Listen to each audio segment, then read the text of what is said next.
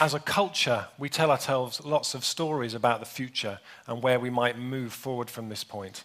Some of those stories are that somebody is just going to sort everything out for us. Other stories are that everything is on the verge of unraveling.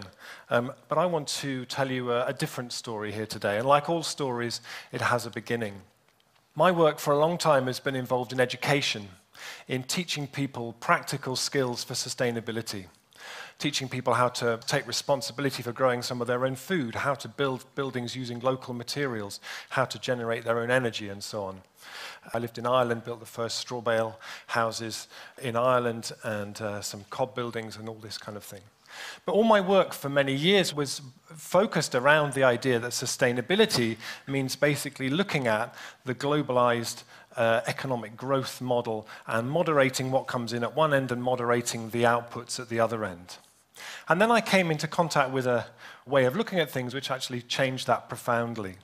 And in order to introduce you to that, I've got something here that I'm going to unveil, which is one of the great marvels of the modern age. And it's something so astounding and so astonishing that I think maybe as I remove this cloth, a suitable gasp of amazement might be appropriate. If you could help me with that, it would be fantastic.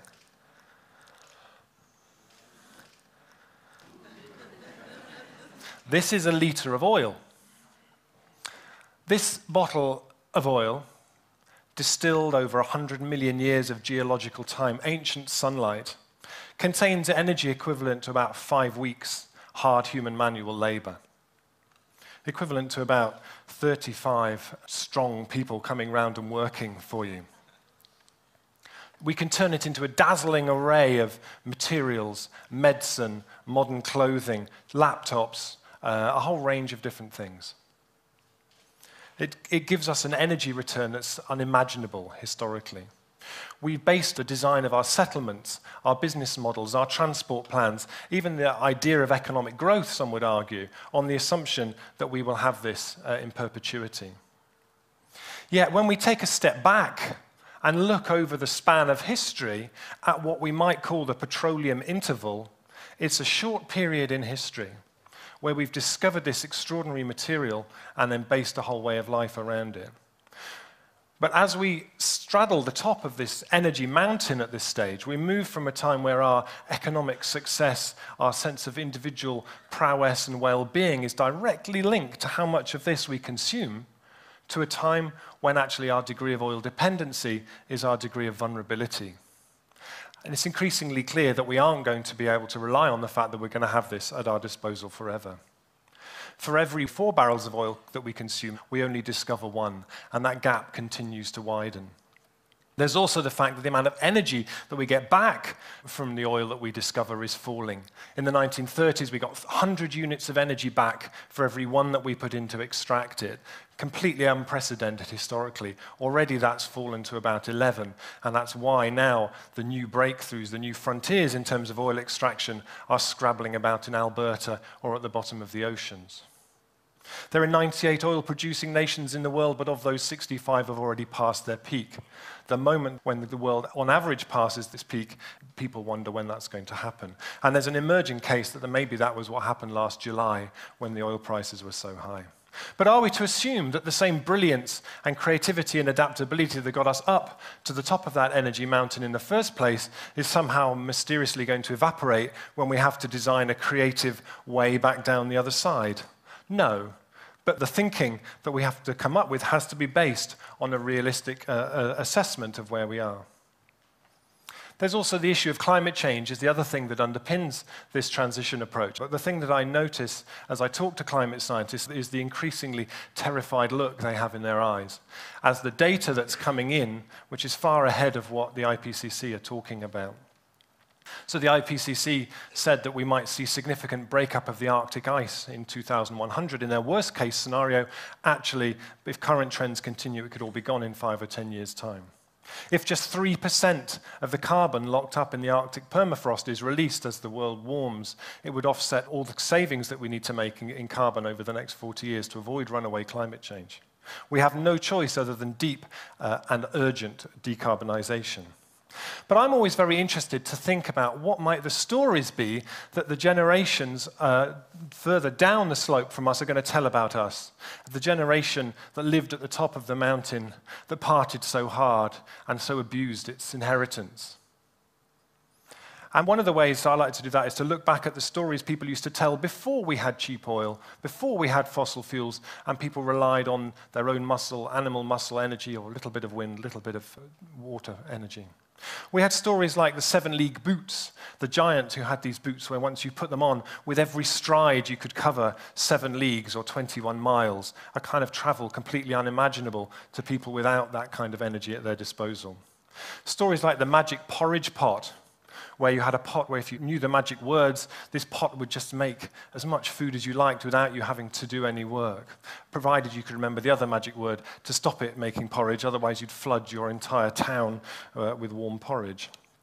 There's the story of the elves and the shoemaker, the people who make shoes, go to sleep, wake up in the morning, and all the shoes are magically made for them. Something that was unimaginable to people then. Now we have the 7-league boots in the form of Ryanair and EasyJet.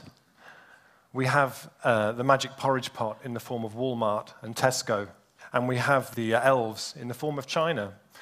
But we don't appreciate what an astonishing thing that has been. And what are the stories that we tell ourselves now as we look forward about where we're going to go? And I would argue that there are 4. There's the idea of business as usual, that the future will be like the present, just more of it. But as we've seen over the last year, I think that's an idea that is increasingly coming into question, and in terms of climate change, is something that is not actually feasible. There's the idea of hitting the wall, and actually somehow everything is so fragile that it might just all unravel and collapse. It's a popular story in some places. The third story is the idea that technology can solve everything, that technology can somehow get us through this completely. And it's an idea I think that's very prevalent at these TED Talks, the idea that we can invent our way out of a profound economic and energy crisis, that a move to a knowledge economy can somehow neatly sidestep those energy constraints. The idea that we'll discover some fabulous new source of energy that will mean we can sweep all concerns about energy security to one side. The idea that we can step off neatly onto a completely renewable world. But the world isn't Second Life. We can't create new land and new energy systems at the click of a mouse.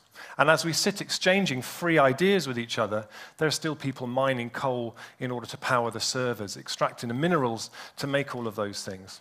The breakfast that we eat as we sit down to check our email in the morning is still transported at great distances, usually at the expense of the local, more resilient food systems that would have supplied that in the past, which we've so effectively devalued and dismantled. We can be astonishingly inventive and creative, but we also live in a world with very real constraints and demands. Energy and technology are not the same thing. What I'm involved with is the transition response. And this is really about looking the challenges of peak oil and climate change square in the face and responding with a creativity and an adaptability and an imagination that we really need. It's something which has spread incredibly fast, and it's something which has several characteristics. It's viral. It seems to spread under the radar very, very quickly. It's open source. It's something which everybody who's involved with it develops and passes on as they work with it. It's self-organizing. There's no great central organization that pushes this. People just pick up an idea and they run with it and they implement it where they are. It's solutions focused. It's very much looking at what people can do where they are to respond to this. It's sensitive to place and to scale. Transition looks completely different. Transition groups in Chile, transition groups in the US, transition groups here, that what they're doing looks very different in every place that you go to. It learns very much from its mistakes, and it feels historic. It tries to create a sense that this is a historic opportunity to do something really extraordinary. And it's a process which is really joyful. People have a huge amount of fun doing this, reconnecting with other people as they do it. One of the things that underpins it is this idea of resilience. And I think in many ways the idea of resilience is a more useful concept than the idea of sustainability. The idea of resilience comes from the study of ecology, and it's really about how systems, settlements withstand shock from the outside. When they encounter shock from the outside, that they don't just unravel and fall to pieces. And I think it's a more useful concept than sustainability, as I said. When our supermarkets have only 2, 3 days worth of food in them at any one time, Often sustainability tends to focus on the energy efficiency of the freezers and on the packaging that the lettuces are wrapped up in. Looking through the lens of resilience, we really question how we've let ourselves get into a situation that's so vulnerable. Resilience runs much deeper. It's about building modularity into what we do, building surge breakers into how we organize the basic things that support us. This is a photograph of the Bristol and District Market Gardeners Association in 1897. This is at a time when the city of Bristol, which is quite close to here, was surrounded by commercial market gardens, which provided a significant amount of the food that was consumed in the town and created a lot of employment for people as well. There was a degree of resilience, if you like, at that time, which we can now only look back on with envy. So how does this transition idea work? So basically, you have a group of people who are excited by the idea.